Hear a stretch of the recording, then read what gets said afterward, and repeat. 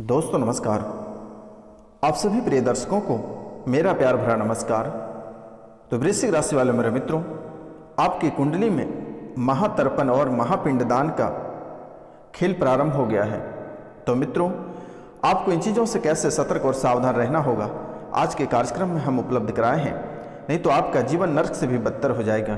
तो मित्रों है, और ख़ास इस बात को लेकर हो रही है कि राहु और केतु आपको बहुत ही गहरी पीड़ा में डालने वाली है और आपके साथ साथ आपके पूरे परिवार के ऊपर बहुत ही गहरा पीड़ा होने वाली है। बड़ी से बड़ी दुर्घटना से आप ग्रसित होने वाले हैं। झूठे केस मुकदमे में आप फंसने वाले हैं। बहुत ही बुरी स्थिति आपके ऊपर बनती जा रही है। मित्रों, आप मानसिक रूप से बहुत ही तनाव ले रहे हैं। आर्थिक नुकसान आपको बहुत अधिक हो रहा है। मानसिक रूप से आप बहुत ही तनाव झेल रहे हैं। आर्थिक नुकसान हो रही है।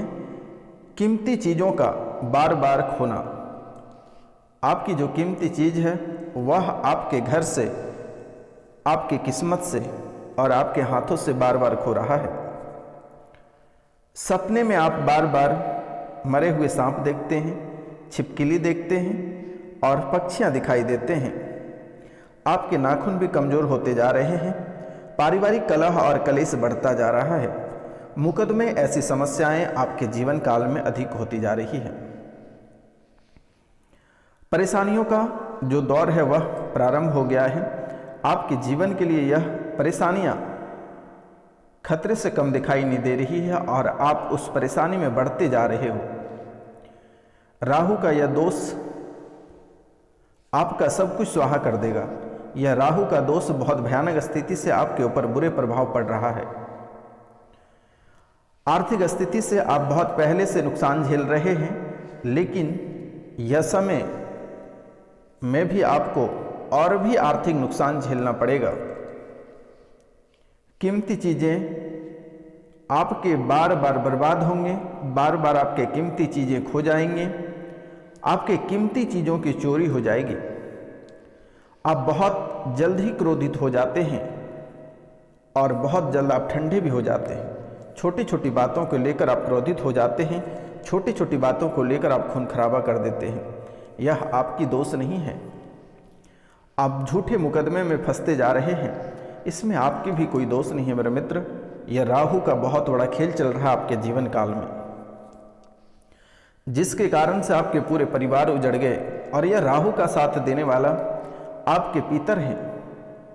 आपके पितर का भी साथ इनके साथ हैं, जिसके कारण से आपके जीवन में बुराइयों का एक दौर, परेशानियों का एक दौर और कलह और कलेश का एक दौर चलना प्रारंभ हो गया।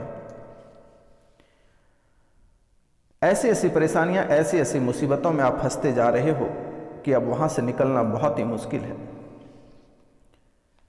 तो मित्रों, अभी भी आपके पास वक्त है और 14 जनवरी को मकर संक्रांति के समय में राहु की पूजा होती है, पितृ पूजन होगी और उसी दिन 14 जनवरी को आपको गंगा स्नान भी करना है।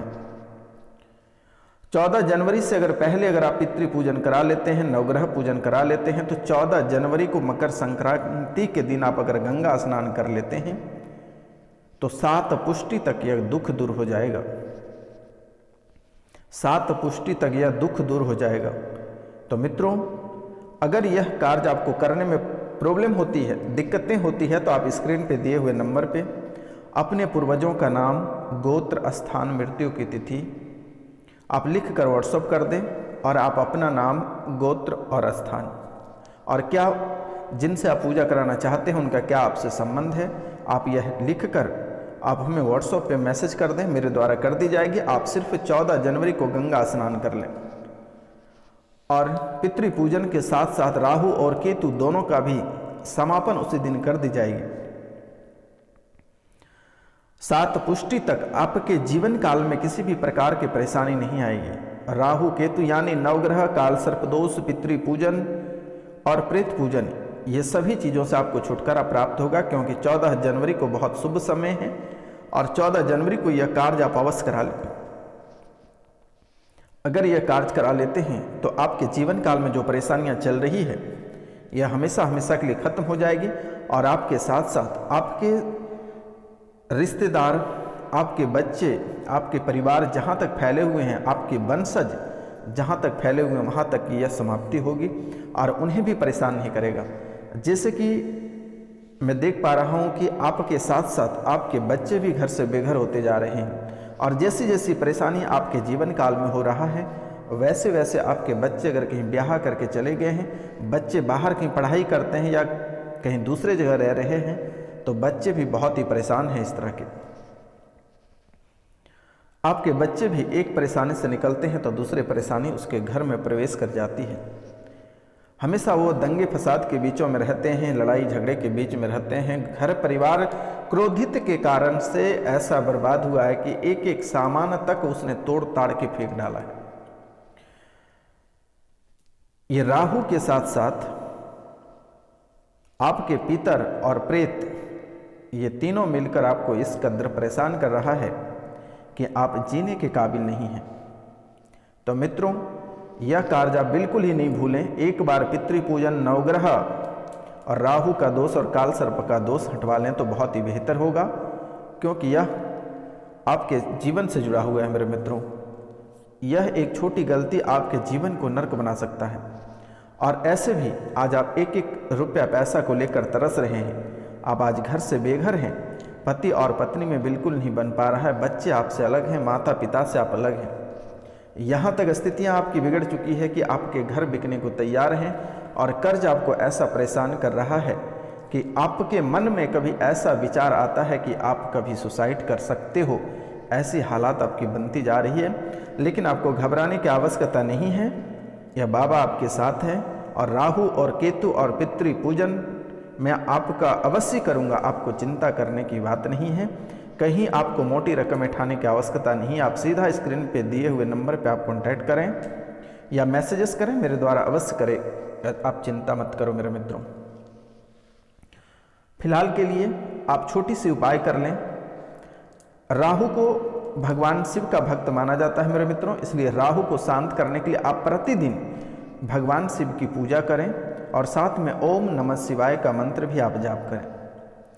भगवान भैरवनाथ के मंदिर में जाकर सरसों के तेल का दीपक जलाएं। राहु थोड़ी बहुत शांत हो जाएगी।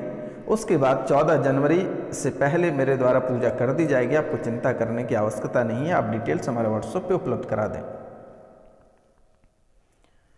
तो मित्रों, इससे मजबूत भी बनाना आपके लिए बहुत ही आवश्यक है, क्योंकि राहु हमेशा आपका पीछा करता रहेगा।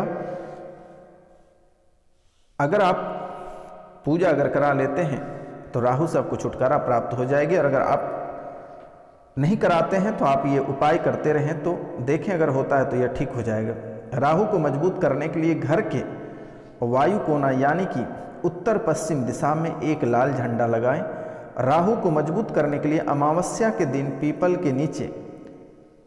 के नीचे शाम ढलते समय या रात के 12 बजे दीपक जलाएं। राहु को मजबूत करने के लिए 41 दिन तक 1 रुपया का सिक्का लाल कपड़े में लपेट कर किसी गरीब को दान कर दें। इससे भी छुटकारा प्राप्त होगा। राहु के दुष्प्रभाव से बचने के लिए आप माँ दुर्गा की पूजा करें।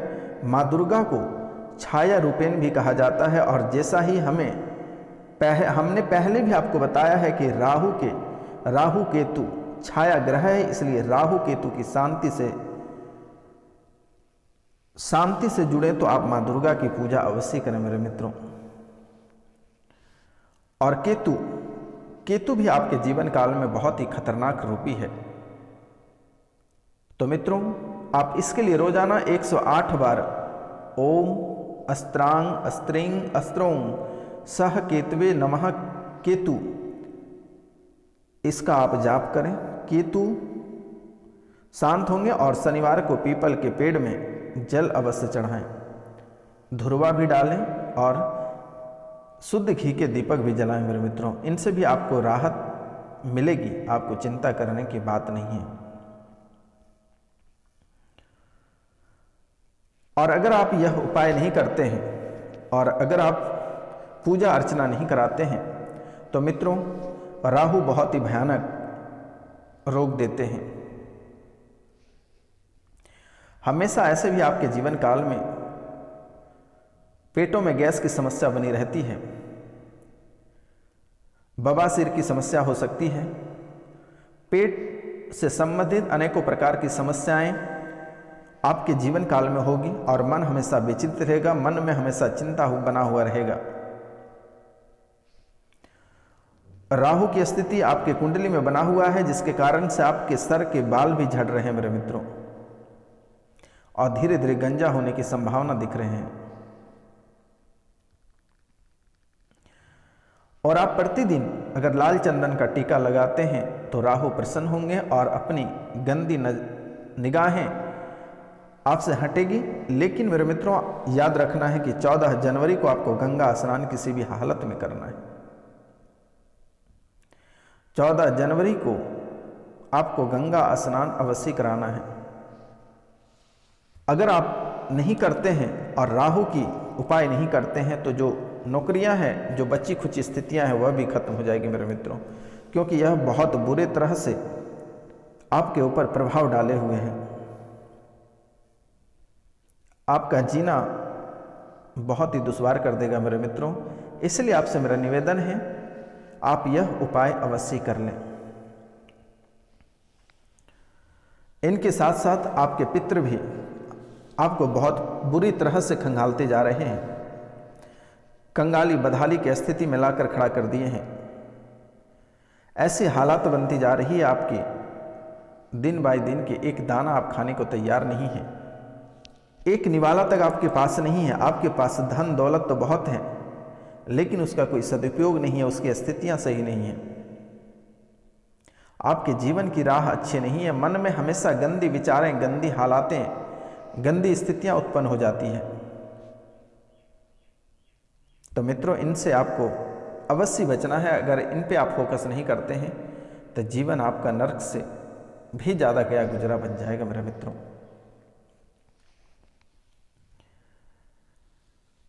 तो मित्रों चलिए और महत्वपूर्ण बातें हम आपको बताने वाले हैं। तो मित्रों यह समय आपको प्रतिदिन सूर्योदय से पहले आपको बिस्तर छोड़ना है और प्रतिदिन प्रातः काल को स्नान करने के बाद तांबे के लोटे से 1 लोटा जल भगवान सूर्यदेव को अवश्य अर्पित करें। तो मित्रों आज का कार्यक्रम ही तक था। आप सभी को नमस्कार, प्रणाम, राधे राधे। मिलते हैं आपसे अगले वीडियो में, तब तक के लिए जय हिंद, जय भारत।